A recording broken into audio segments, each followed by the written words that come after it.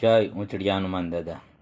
મિત્રો, એકવાર એક ખેડૂત હોય છે, એ પોતાની વાડીથી પોતાના ઘર તરફ જતો હોય ત્યાં રસ્તામાં એક મોટું ઈંડું જોવે છે. એટલે ઈંડું જે છે પોતાના ઘરે લઈને આવે છે અને જે પાળેલી મરઘી હોય મરઘીને ઈંડા ભેગું મૂકી દે છે. હવે ઈંડાની સાથે મરઘીના ઈંડા સાથે મૂકી દે એટલે મરઘીના બચ્ચાની સાથે સાથે આ ઈંડામાંથી પણ બચ્ચું ઉત્પન્ન થયું. પણ હવે એ બચ્ચુંમાંથી જે છે ને એ બાજ ઉત્પન્ન થયું. બાજનું બચ્ચું હતું એટલે બાજ ઉત્પન્ન થયું. તો એ મરઘીના બચ્ચાની સાથે રહી અને મરઘીના બચ્ચાને જેવું બોલે એની સાથે એવું ખાય પીવે એની સાથે રહે એટલું જ ઉડી શકે.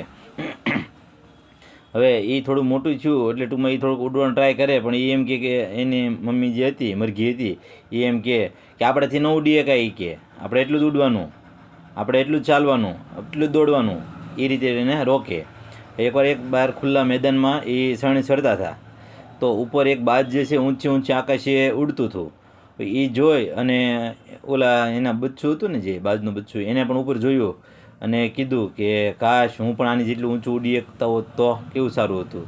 એટલે ઉડાનથી હું કે દુનિયા દેખીએ કે કેવું સરસ લાગે.